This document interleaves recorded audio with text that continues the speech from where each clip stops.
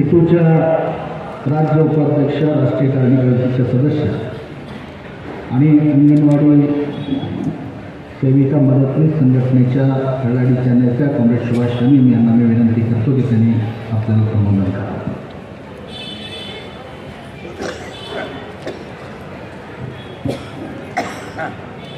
मंचावर उपस्थित आपले नेतेगण, आपल्या ज्या अंगणवाडीच्या पण फेडरेशनच्या महासचिव अध्यक्ष राहिलेल्या आहेत आणि आता CITUच्या अध्यक्ष आहेत अशा कॉम्रेड हेमलता, कॉम्रेड तपन सेन जे CITUचे महासचिव आहेत, डॉक्टर DL कराड जे उपाध्यक्ष आहेत ऑल इंडियाचे आणि महाराष्ट्राचे अध्यक्ष आहेत, कॉम्रेड MH शेख आपले CITUचे राज्याचे सरचिटणीस आणि सर्व पदाधिकारीगण, तसंच इथे जमलेल्या आपल्या भातृभावी संघटनांचे पदाधिकारी, काकोतीजी, मधुजी आणि सर्व इतर कॉम्रेड्स.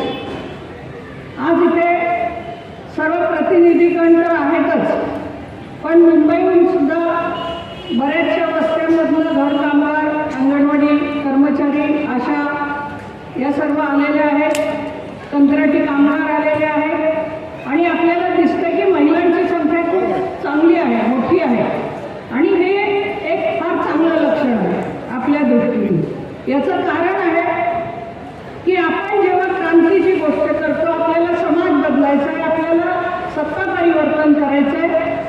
भगतसिंग यांनी म्हटलेलं होतं, कॉम्रेड भगतसिंग यांनी, की आपल्याला फक्त ब्रिटिश गोरे जाऊन तिथे काळे लोक फक्त आणायचे नाही आहेत, आपल्याला आमूल बदल करायचा आहे, आपल्याला समाजवाद आणायचा आहे, आपल्याला असा समाज आणायचा आहे ज्या समाजामध्ये कोणत्याही प्रकारचं शोषण असता कामा नये. आणि आपण बघितलं तर सर्वात जास्त शोषित आणि पीडित असं जर कोणी असेल, कोणी घटक असेल या देशामध्येच नाही तर या जगामध्ये, तर कामगार वर्गातल्या महिला म्हणजेच महिला कामगार, कामकाजी महिला या सर्वात जास्त शोषित आणि पीडित घटक आहेत. याचं कारण आहे त्यांच्यावरती अनेक प्रकारचे घातक परिणाम तर होतच असतात, घातक हल्ले होतच असतात.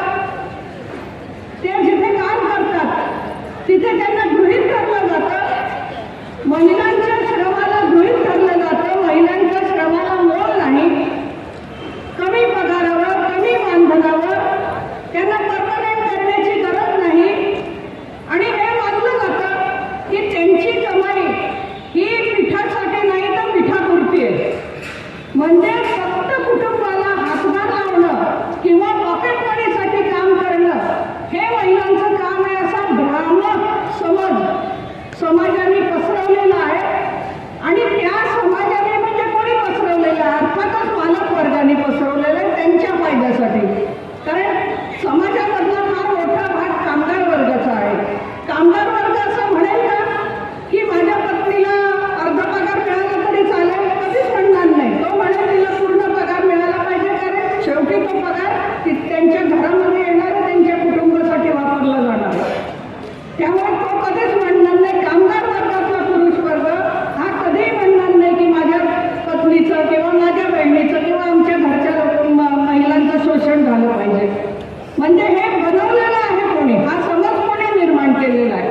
तर हा मालक वर्गाने आणि जो मालक वर्ग युगानुयुग हा मनोवादी धोरणानुसार, नीतीनुसार चाललेला होता, त्या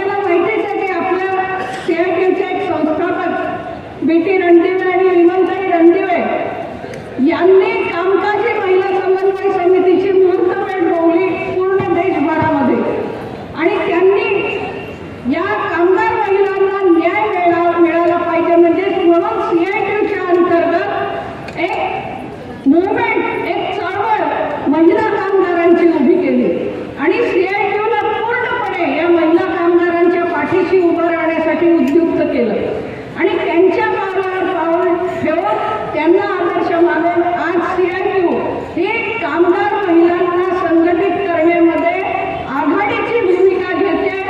आपल्या मेंबरशिपमध्ये त्याचा आपल्याला माहितीच आहे, मेंबरशिप हा आरसा आहे आपल्या संघटनेचा, आपल्या धोरणांचा, आपल्या कामाचा.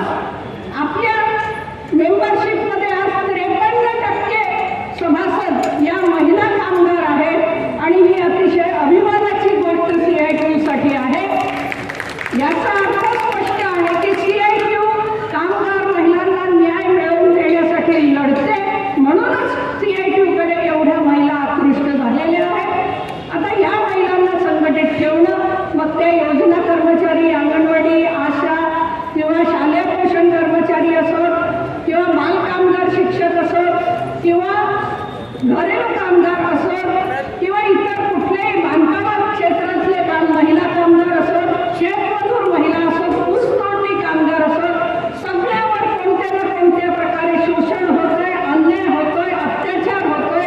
या सगळ्याला थांबवणं आणि थांबवण्यासाठी एक मोठी चळवळ उभी करणं हे CITUचं ब्रीद वाक्य आहे आणि CITUच्या या कामामध्ये आपण सर्व, मग ते पुरुष काँग्रेस असो किंवा महिला काँग्रेस असो, सर्वांनी या महिला कामकाजी महिलांना न्याय मिळवून देण्यासाठी मोठ्या धडाडीने पुढे आलं पाहिजे आणि न्याय मिळवून देण्यासाठी जो काही लढा द्यावा लागेल तो कंबर कसून लढा दिला पाहिजे.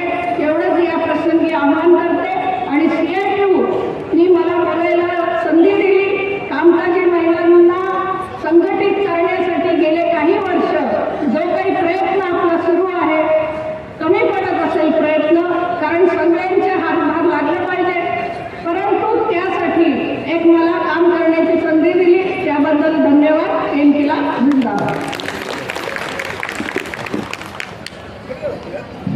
महाराष्ट्राच्या विधानसभेत जनसुरक्षा विधेयक आल्यानंतर ज्या